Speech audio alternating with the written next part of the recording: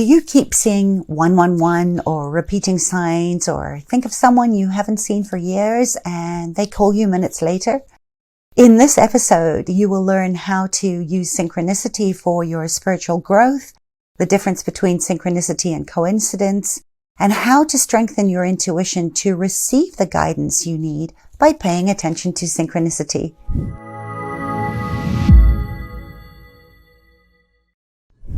If you landed on this video, it's no coincidence that you're here. Every month I release 4 actionable and practical videos to help you heal from unresolved trauma, accelerate your personal growth, and overcome your biggest challenges. Please hit the subscribe button and click the bell so you never miss another episode, and share this with your people. I'm so grateful you're here, and I really want to thank you for supporting my channel. By your comments and engagement, you tell YouTube to show it to more people looking for support that perhaps I can help. So, how can you use synchronicity for spiritual growth? And what is the difference between synchronicity and coincidence? I don't know about you, but when I can quiet my mind and truly be present in this moment, there's a space of absolute wonder, and synchronicity really serves me well to tune into my awareness and to remind me that beneath the surface of daily life, there is an underlying reality, a force greater, a unity that may not be immediately obvious, but it feels magical. It's transformational. And I always find comfort in knowing that I'm not alone, that I am always supported by divine intelligence. Coincidence we think of as more of chance happenings or luck. It's random. I believe there are no coincidences in life, so be aware of any series of unusual events or signs that appear to you repetitively to help you know who you truly are, as they're not just coincidences or accidents. Jung calls a connection of events that have no logical explanation for something that happens within the small self coming together within something outside of us in the big self, in the universe, synchronicity. It's a meaningful connection of events that can set the course of our life. They guide us, they warn us, and affirm that we're on the right path or in alignment with our purpose, and they're very spontaneous. Synchronicity is divine. It's that promise that if we're open to receiving the guidance, synchronicity will help us to do the necessary work within so that the patterns in our outer life can change. It grows us and transforms us. And if you're here, you already know that when you are present, when you're recognizing coincidences and finding the meaning, you're opening to accessing new possibilities that help you change faulty, outdated belief systems, so that you are more in a flow state to co-create through the information that is given to you. Think back to a time when you were asking for guidance about a problem that you were trying to solve. And over the course of a few days, somebody's name kept coming up in conversation. Or every time you look at a clock or your iPhone, you keep seeing the same numbers like 111 or 666 or 999 popping up. Or perhaps you dream about something over and over, and then the nearly identical thing happens several days later in real life. Or you can't stop thinking about someone you haven't spoken to for years, and then they call you out of the blue, or you bump into them. It gives me God bumps every time. And what about those times when you're thinking or you're talking about a particular animal or bird or insect, and at that exact moment you see one in the flesh, or a bird flies over, or perhaps you're thinking about a particular book when you're browsing the bookstores and that book just slips off the shelf that lands on your feet. That's exactly what you were asking for. Or you randomly open a book at precisely the exact page that gives you the question that's on your mind. It's such a gift, and the opportunities that synchronicity bring into our lives when we're all connected at a deep level and we're being gifted with the subtle signs and symbols, and it's pure magic all the time. So don't overlook or shrug them off as coincidences or insignificant and miss these beautiful opportunities to gain new understandings or a fresh perspective that you may have been asking for something. They're spontaneous, so we never know what they're going to look like or how they're going to show up. And that is synchronicity. It can't be explained by cause and effect, and it goes beyond trust. It's a very deep knowing that we are divinely supported in every aspect of our life as part of this beautiful quantum field of consciousness. Everything is connected to everything, and we can't survive or create or manifest in a vacuum. My hero, Leonardo da Vinci, said that we have to learn how to see. And I would add to that we have to see the unseen, the subtle energies around us, to know that everything has its own consciousness and it can support us if we just ask, if we pay attention to the subtle signs and take aligned action.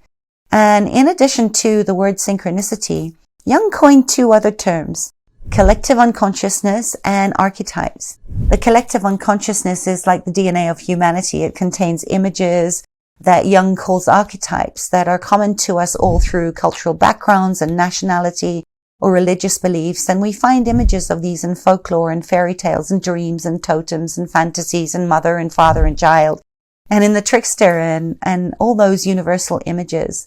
Archetypes represent our common experiences as human beings, and we all know the trickster, the power of smoke and mirrors like Coyote, the wizard in The Wizard of Oz, or Darth Vader in Star Wars, who actually embodies two archetypes, father and shadow. Of synchronicity is to experience archetypes in different ways, sometimes as figures, but also as patterns of behavior in situations and experiences. It's the hero's journey to accomplish something. We have all experienced some version of this as we're born into trauma, and we heal, transform, and grow through adversity, through the shadow. It's the bully in the playground, the loss of our childhood, the death of a parent, and any of the other adverse childhood experiences that I speak of in other episodes.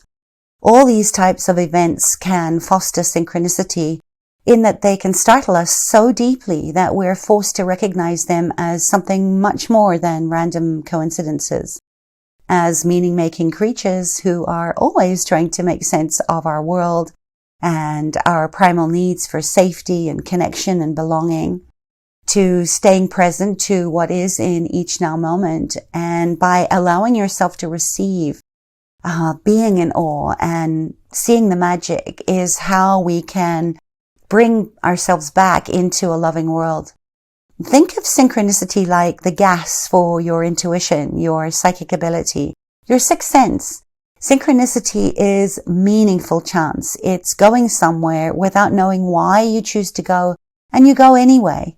And the overwhelming odds of overhearing a conversation that gave you the answer you were looking for just when you needed it, or not being able to find your keys that delays you for 5 minutes. And then when you do get going, you see a fatal crash that's just occurred.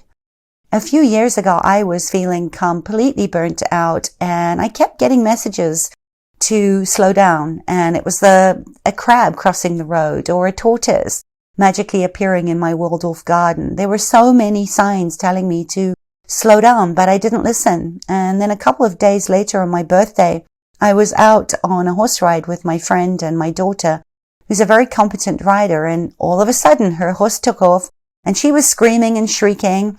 And as I galloped off after her, I could feel the saddle slipping, and I knew that I was going to fall off. And I did, and cracked a few ribs, and I still managed to laugh with my friend that it was the best birthday gift that I could have ever received from that horse, because it forced me to slow down and become extremely focused. It was a wake-up call for me, and a synchronicity that radically changed some very unhealthy habits and belief systems I had around working and no play. And creativity lies at the heart of synchronicity, and we're so busy in our minds all the time. We lose that spontaneous joy and that space where things just manifest with ease in our childlike wonder. We close down our psychic capacity when we get lost in the busyness, and we tell ourselves that we don't have enough time or money to pursue what we love for fear that we won't be able to earn a living doing that. The bottom line is that if you don't stay open and present, if you never take a leap of faith and follow those intuitive nudges, if you don't believe in yourself, you'll never know just how creative you are. And if you fail to nurture your creativity, you close yourself off to synchronicity. And that could lead you to missing out on the right opportunities and people that are available for you. We all have the ability to create new possibilities through our imagination and intent. And ritual is one of the focusing ways that we can use it to expand our consciousness.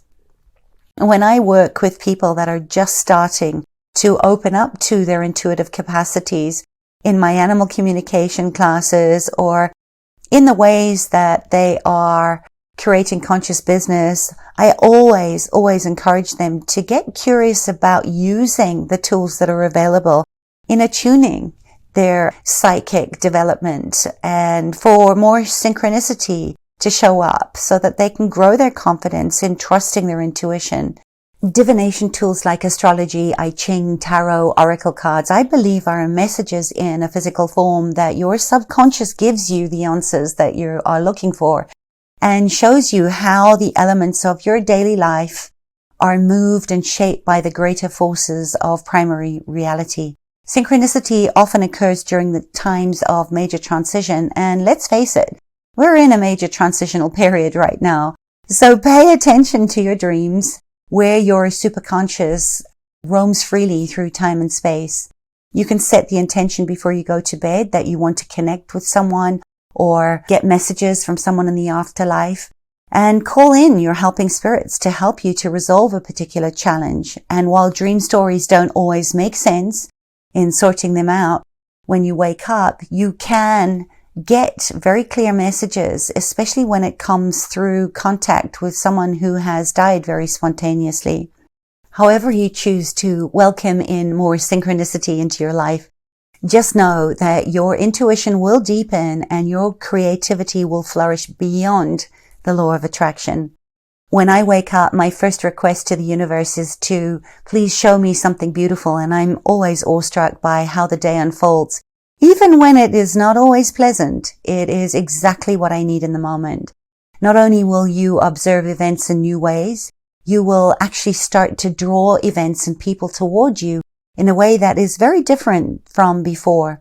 Everything in your life will start shifting in a richer, more positive direction. So listen for those whispers in those signposts and let those miracles happen.